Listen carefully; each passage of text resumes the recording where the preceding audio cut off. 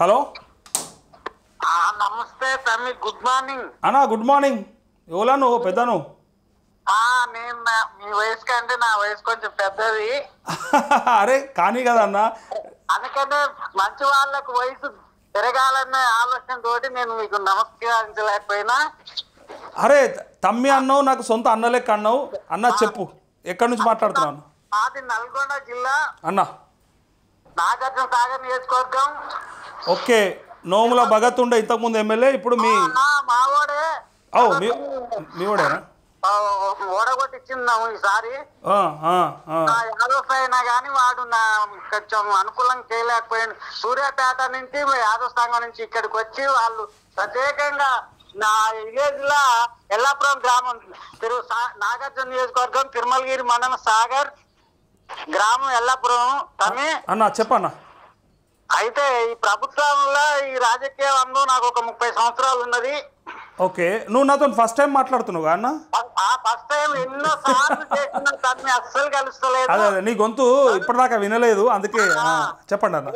ఇప్పుడు కూడా 10 సార్లు వేసిన మరి కొంచెం వీళ్ళు డాక్టర్లు వస్తే వాళ్ళ దగ్గర పోయి మళ్ళీ చేస్తే తక్కువ బాగానే జర్సేపు మంచిగా అన్న. ఇలా ఫస్ట్ కాల్ నీదే తీసుకున్నా, మంచిగా జర్సేపు ఆగి ఒక 5 నిమిషాలు నీకు టైం ఇస్తా, మాట్లాడి ఏం చెప్తావు చెప్పిగా.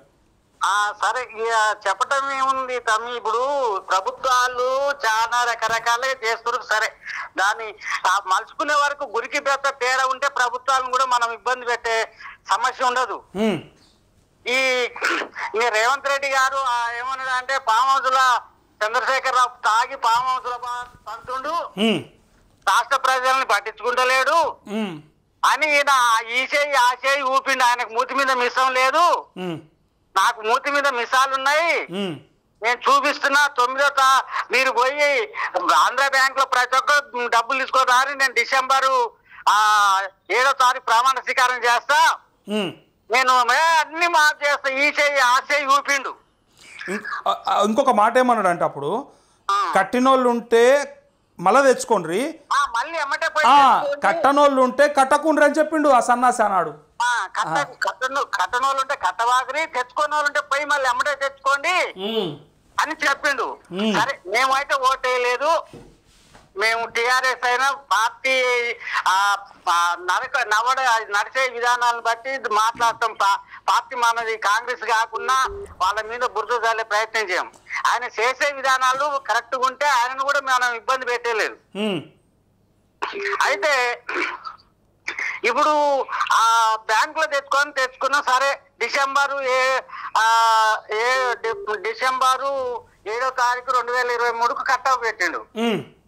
సరే, దాన్ని మళ్ళీ తోనే కానీ పుట్టినరోజు అని 9కు పెట్టిండు. సరే, అలా కొంతమందికి మళ్ళీ మేలు జరిగింది ఆ 2 రోజుల. ఈ రుణమాఫీ వాళ్ళు ఏం చెప్పారు, తుమ్మల నాగేశ్వరరావు గారు ఏం చెప్తాడంటే, మాకు 42 లక్షల ఖాతాలు బ్యాంకు 5, 6, 40 బ్యాంకులు ఇచ్చారు. 32 బ్యాంకులు. సరే అన్న, సారీ, 32 బ్యాంకుల నుంచి తీసుకున్నాం మేము డేటా. మరి వాటికి 31 లక్షల కోట్లు అవుతున్నాయి అన్నాడుగా. 31,000 కోట్లు. 31,000 కోట్లు అవుతున్నాయి. మరి మళ్ళా ఈ రేషన్ కార్డు లింక్ పెట్టేది అంతవరకు ఖాతాలు రేషన్ కార్డు ఫ్యామిలీలో ఉన్నా లేకున్నా ఖాతాలు అయితే వేరేనే ఉన్నాయి కదా. అవును, బ్యాంకులో నువ్వు తీసుకుంది రేషన్ కార్డు తీసుకోలే. అవును, పట్టా పాస్బుక్. బ్యాంకులో పాస్బుక్ పెడితేనే అతనికి లోన్ ఉంటది. రేషన్ కార్డు బ్యాంకు వాళ్ళు అడగలేదు, ఆ రోజు మీరు ఇవ్వగలిగారు. అట్లా కాదే. ఒకవేళ పట్టా పాస్బుక్ లేకున్నా సరే మీరు రేషన్ కార్డు తెచ్చి లోన్ తీసుకోరంటే మస్తు మంది తీసుకుందరు కదా. మరి రేషన్ కార్డు మీరు లోన్ ఇస్తే అయిపో కదా. మరి అట్లా అంటే రేషన్ కార్డు మీరు ఎవరికైనా ఇస్తాం. ఒకటే తమ్మి, వాళ్ళు ఏమన్నారు, బ్యాంకు ఖాతా లోన్ తీసుకున్న వాళ్ళు అందరికి ఇస్తామన్నారు.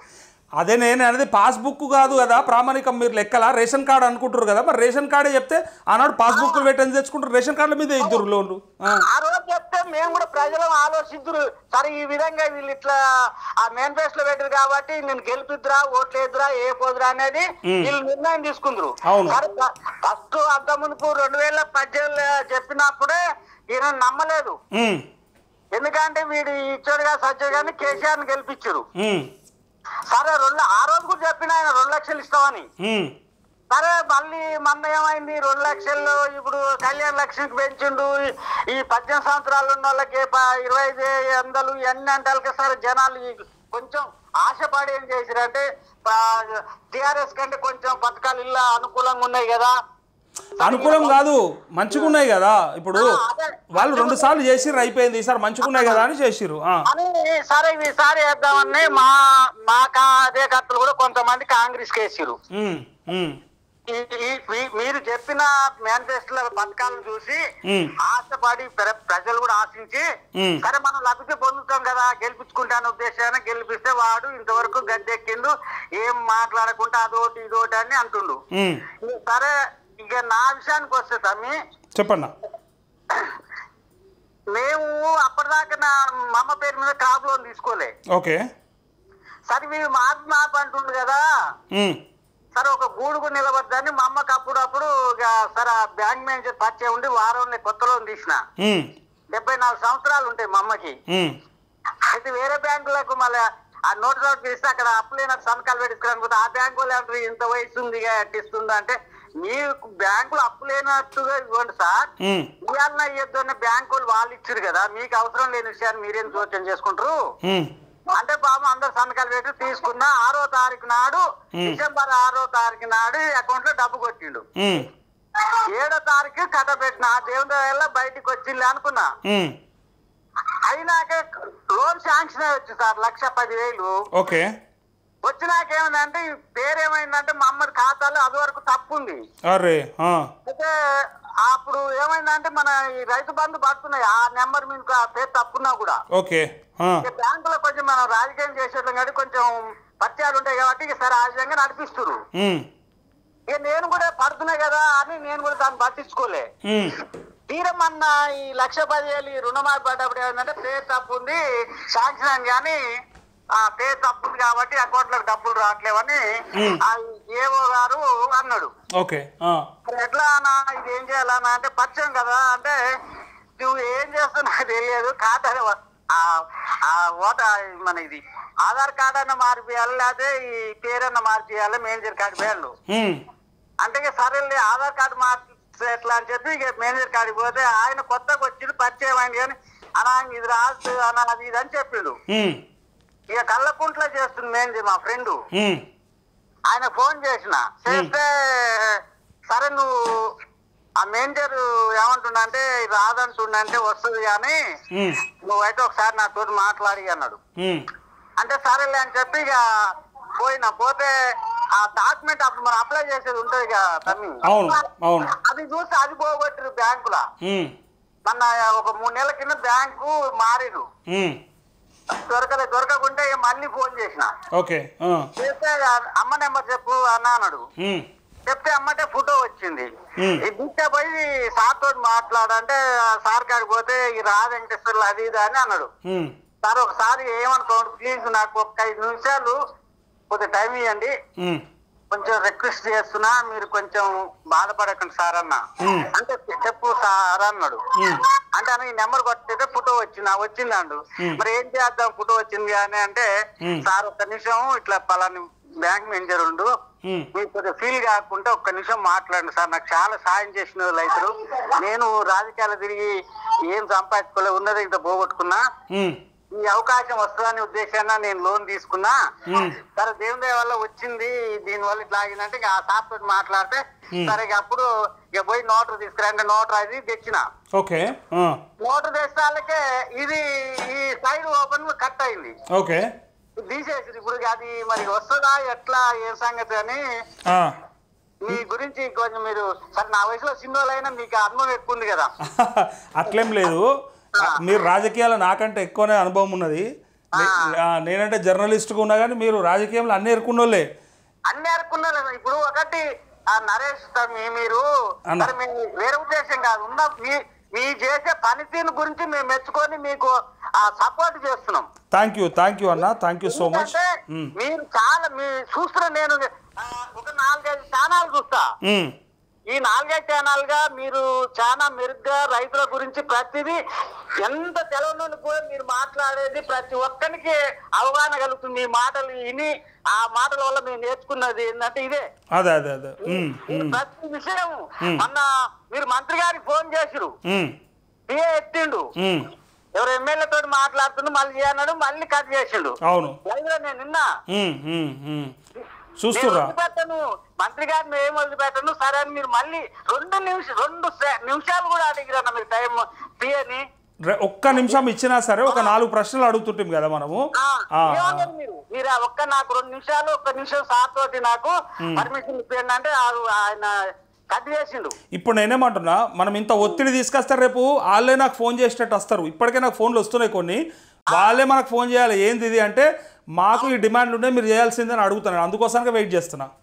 అందుకనే తమ్మి ఇప్పుడు మీరు చాలా రైతుల గురించి మీరు బాగా ప్రెషర్ ప్రభుత్వం చేస్తున్నారు అన్న.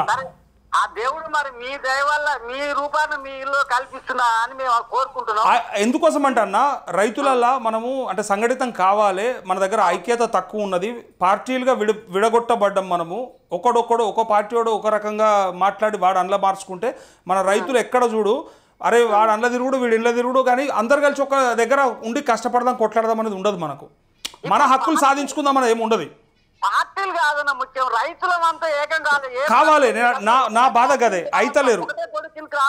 నా బాధ గదే, రైతులంతా ఒక్కటైనాడు ప్రభుత్వాలు దిగేస్తాయి. మనం ఇలా పార్టీలు వాళ్ళ రాజకీయాల కోసం, వాళ్ళ స్వార్థ రాజకీయాల కోసం మనం విడగొట్టినరు. అందుకే మనం ఏమైపోయినామంటే బీఆర్ఎస్ రైతులు వేరైపోయారు, కాంగ్రెస్ రైతులు వేరైపోయారు, బీజేపీ రైతులు వేరైపోయారు. ఉండకూడదు. నీ నమ్మకం, నువ్వు చెప్పిన దాన్ని నేను 100 మందికి నేను షేర్ చేస్తున్నా. రైతు బంధు, రైతు రుణమాఫీ, నరేష్ తమ్ముడు కొట్లాడుతుండు, మనం అందరం అవసరం వస్తే ఏదైనా వచ్చినప్పుడు సపోర్టింగ్ ఉండాలని నేను తిరుమలగిరి మండలం ధర్నాకి కూడా తయారు చేసిన. చేయండి ఏదైనా కావాలంటే నేను వస్తా అన్న. మీరు చెప్పేదాన్ని మేము ఆధారంగా తీసుకొని మీరు చెప్పే దాంట్లో నీతి ఉంది, నిజాయితీ ఉంది, మంచి ఉంది, రైతుల గురించి చాలా పోరాడుతున్నారు మీరు అన్న.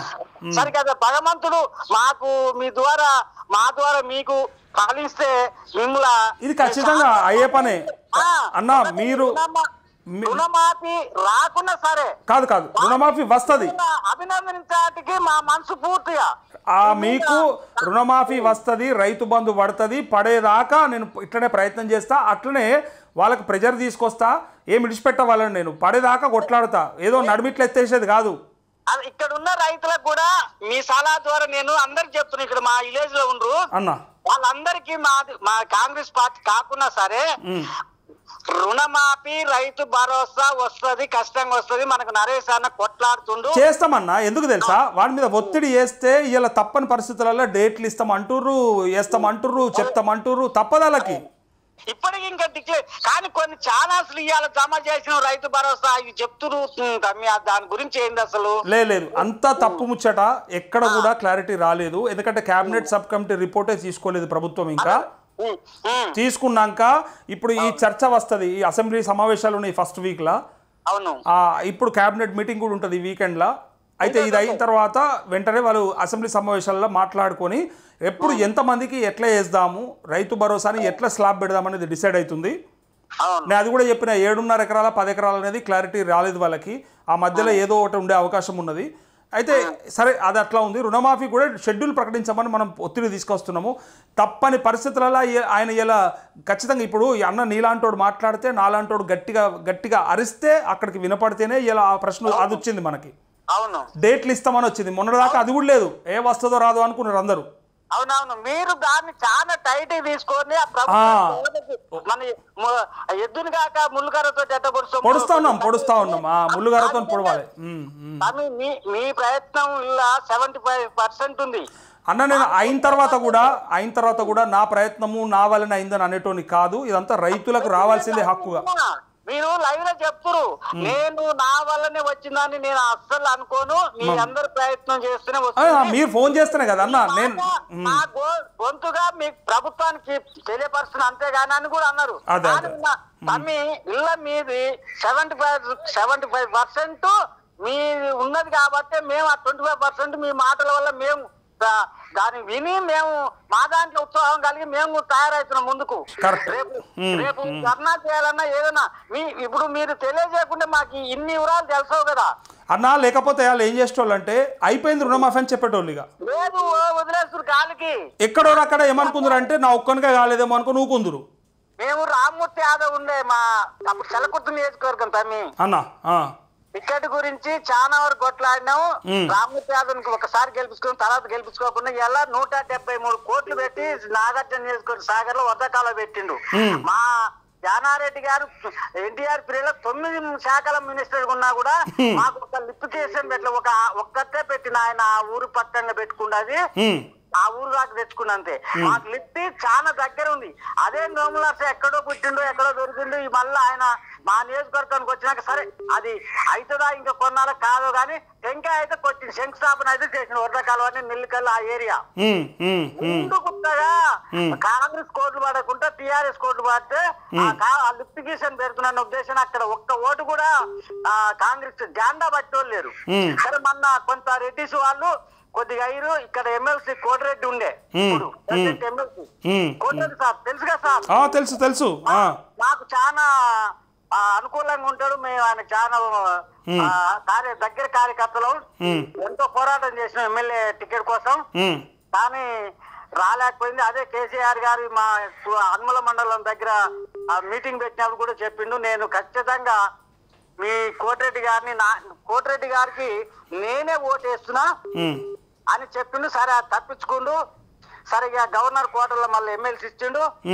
సరే ఏదో ఒక రకంగా వచ్చింది. అందరూ అన్న ఇంకొకటి, నువ్వు కేసీఆర్ పార్టీ మనిషివైనా కూడా నేను ఈ మాట కూడా అంటున్నానా, రైతులమంతా ఒక్కటే కాబట్టి కేసీఆర్ని ఆయన తప్పును కూడా తప్పని చెప్పిన నేను. నాకేమి ఆయన గొప్ప అని చెప్పలే.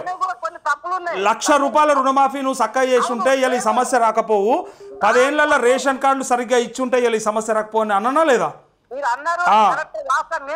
నేను నిజాయితీగా నేనేమంటా, నా వార్తలు చూడాలంటే మీ నాయకుడిని అన్నప్పుడు కూడా బాధపడకుండా చూస్తే ఆ ధైర్యం ఉంటుంది. చూడు, తప్పును తప్పనద్దా? ఎవడైతే తప్పును తప్పనద్దా? కేసీఆర్ కూడా తప్పు చేసిండు. 4 సంవత్సరాలు 5 సంవత్సరాలు దాన్ని జరుపుకుంటూ వచ్చి లాస్ట్ ఎలక్షన్ ముంగట్లో కొన్ని పెట్టి కొంతమంది గీయక మాకు రాలే. మేమైతే చెప్పులు మా ఊర్లో గ్రామస్తులు ఒక 10 మంది అయితే ఒక వారం రోజులు అన్నాలు మర్చిపోయారు. మేము రైతులము 3 పూటలు గట్టిగా తింటాం తమ్మి. ఒక్క పూట అన్నం తిని 8 గంటలకు పోయి ఆ లీస్ట్ కోసము వస్తుందేమో అని మా గ్రామస్తులు దాదాపు ఒక 30 మంది 2 పూటల భోజనం మానేసారు. ఇప్పుడు నేను మా అమ్మ విషయం చెప్తున్నా కదా తమ్మి, 2 నైట్లు నాకు నిద్ర పట్టలే. బ్యాంక్ లో తప్పున్నందుకు 2 నైట్లు నిద్రపోలే. చనిపోతానే అనుకున్నా. ఇప్పుడు 2-3 చనిపోయారు. ఆ లైవ్ లో మీకు చెప్పింది నిన్న. ఒక రెడ్డి ఆయన కూడా చనిపోయిండు. ఇవాళ రేవంత్ రెడ్డి గారు చేతులు అటు ఇటు ఇప్పుడు కేసీఆర్ తాగి పామసులో పడతాడు. ఆయన మూతి మీద మిషన్ లేదు, ఈయన మూతి మీద 2 మిసాలు పెట్టుకొని ఈ చేయి ఆ చేయి చూపిండు. వీళ్ళు ఏం సమాధానం లేదు.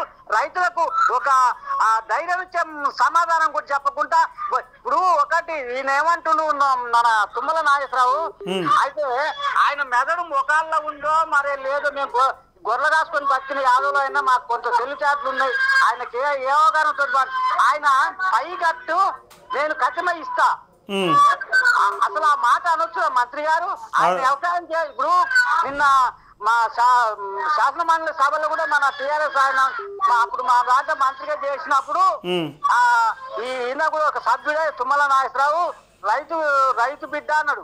ఏం రైతు బిడ్డ ఆయన? అసలు ఆయనకి ఏం తెలుసు? ఒక్క నాగలు పట్టుకొని దుంతుంటే ఉదయం 9 గంటలకు నాగలు కట్టుకొని 1 దాకా దుంతుంటే ఆ చెమటేంది, ఎండేంది, కాళ్ళ నొప్పులేంది, ఆ విధంగా మేము కష్టపడ్డ రైతుకు తెలుసు. ఎకరానికి ఎన్ని కట్టలు మందులు వేయాలి ఏమైనా చెప్పగలుగుతారా? లేబర్ని పెడతాడు, ఆ ఏసీలో కూర్చుంటే చేస్తాడు ఆయన. అన్న అయితే ఈ రాజకీయాలు ఎట్లా పోను కానీ పక్క పంట వాళ్ళు ఏడుస్తున్నారు. మరి మనోళ్ళ పిల్లలు రైతుల కష్టం అనేది నీ పక్క పంట ఎవరో ఏడుస్తుర్రే పిల్లలా? ఎవరు ఏడుస్తున్నాం ఇప్పుడు? అట్లా అంటలేని చిన్న పిల్లలు ఏడుస్తున్నారు. మీ మనమల మా ఇంట్లో మన్మరాలు అయ్యో మన్మరాలు మొదలు ఊకుంచు ఈ రాజకీయాలు పాడుగా నా ఎట్లా వీకను కానీ అమ్మ ఉంది బయటకు వచ్చిన కొంచెం ఉందా పర్వాలేదు నేను అనేది నీకు బాధ అవుతుంది అలా ఏడుస్తుంటే మాట్లాడరాదు అయితే ఇప్పుడు తుమ్మల నాగేశ్వరరావు ఏమండు మీరు పై కట్టుకోండి నేను ఇస్తా అంటాడు ఆయన పై కట్టాల్సిన బ్యాంక్ కూడా ఆయన ఇస్తా అంటే మాకు అప్పు పెట్టిన మేము ఇప్పుడు నా ఖాతా 30 సంవత్సరాల నుంచి ఉంది 30 సంవత్సరాలు ఈయన చెప్తే ఇచ్చిందా మరి నేను ఏం చెప్పినా చేశారు ఇలా చేసిండు సరే వాడిని కూడా కరెక్ట్ అయిన తప్పులు ఉన్నాయని ఇలా చేసిండు ఆ కత్తి మీద బ్యాంక్ వాడు కట్టుకుంటాడా ఊకుంటాడా రైతు కట్టుకుంటాడా వాడి ఇంటికి తాళం వేస్తాడా ఏం ముందుకు వస్తాడు రైతు ఇష్టం బ్యాంక్ వాడి ఇష్టం అని వేసిండు 1,00,000 రూపాయలు నువ్వు అదే విధంగా 2 లక్షలు వేసాయి ఆయన ఏమంటాడు మంత్రి గారు ఏమంటున్నాంటే నేను ఆ విధంగా మీరు కట్టుకుంటే ఇంకా మీకు అప్పు పెరుగుతుంది అంటాడు ఆయన పెంచేదంటే ఆయన భూములు ఏంది ఆయన పెంచాడు ఈయన ఇయ్యాడు ఈయన నాకు ఎకరానికి 40,000 ఇస్తుండు నువ్వు 1,00,000 రూపాయలు బ్యాంక్ మేనేజర్కి జోనల్ ఆఫీసర్ ఫోన్ చేసి 1,00,000 రూపాయలు ఏమైనా ఎకరానికి ఇస్తాడేమో చూస్తా అసలు ఇయ్యాడు ఎందుకు ఇస్తాడు మనకు లేదా తెలివి ఆయనకే ఉందా తెలివి ఆయన మెదడు మొఖాలలోకి వచ్చిందా లేకపోతే రాజకీయాన్ని తప్పుదారి పట్టించడానికి ప్రయత్నిస్తుందా లేకపోతే మనం తెలివి తక్కువ అనుకుంటున్నా ఈ జ్ఞానోదయం వాళ్ళకు ఉండదా ఉండదా తమ్మి నేను రోజు నేను చెప్పేది నువ్వు నాకు చెప్తున్నావు అదే ఇప్పుడు కాకపోతే ఆయనకు ఆస్తులు ఉండొచ్చు మాకంటే ఎక్కువ చదువు ఉండొచ్చు రాజకీయ అనుభవం ఉండొచ్చు ఈ విధంగా చెప్తారు రేపు నా నోట్లో కూర్చోరనే జ్ఞానోదయం మంత్రి గారికి లేదా ఇప్పుడు ఇవి ప్రతి ఒక్కరికి ఇప్పుడు అనుభవం ఉంది నేను చదువుకుంది 7వ తరగతి తమ్మి అన్న అన్న 30 సంవత్సరాలు నాకు రాజకీయ ఇగో నువ్వు చదివింది 7వ తరగతి కానీ మస్తు 70,000 పుస్తకాలు చదివినోడు చెప్పినట్టు చెప్పినావు అన్ని చెప్పినావు ఇక 22 నిమిషాలు అయింది చూసినావా ఎంత టైం ఇచ్చినా నీకు చాలా సంతోషంగా మళ్ళొక రోజు ట్రై అయ్యు మళ్ళీ కూడా మాట్లాడదాము ఇవాళ చెప్పని సబ్జెక్ట్ ఏదైనా ఉంటే మళ్ళీ ఒకనాడు మాట్లాడదాం థ్యాంక్ యూ అవ్వా మన్మరాలు ఏడవంగా కూడా ఇడిచిపెడతలేడు నన్ను సరే ఇక్కడ మెసేజ్లు